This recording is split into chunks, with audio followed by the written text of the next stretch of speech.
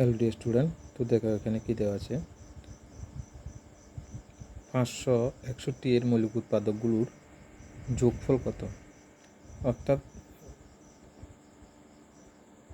এখানে 561 যে মৌলিক উৎপাদক বা ফ্যাক্টর হবে, এগুলোর যোগফল কত হবে। একদম ইজি অঙ্ক, কিন্তু এগুলো পরীক্ষা আসে। তাহলে আমরা ফ্যাক্টরগুলো বাইর করব, মৌলিক উৎপাদকগুলো বাইর করব। 561 আচ্ছা, প্রথম এখানটা দেখো আমরা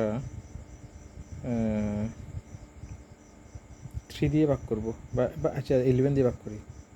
11 দিয়ে ভাগ করলে এখানে কত হবে? 5 11 যে 55, মানে এখানে 5 বাদ যাবে আর কেরি 1 থাকবে।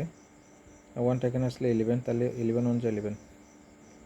এরপরে এবারে 3 দিয়ে দিলে এখানে 17 হবে। তাহলে দেখো এগুলো হচ্ছে মৌলিক উৎপাদক। এখন দেখো, এখন আমরা এই মৌলিক উৎপাদকগুলোকে যোগ করব।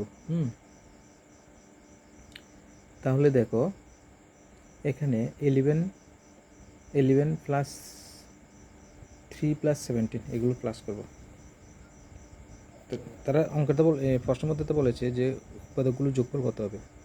তাহলে আমরা 11 প্লাস 3 প্লাস 17।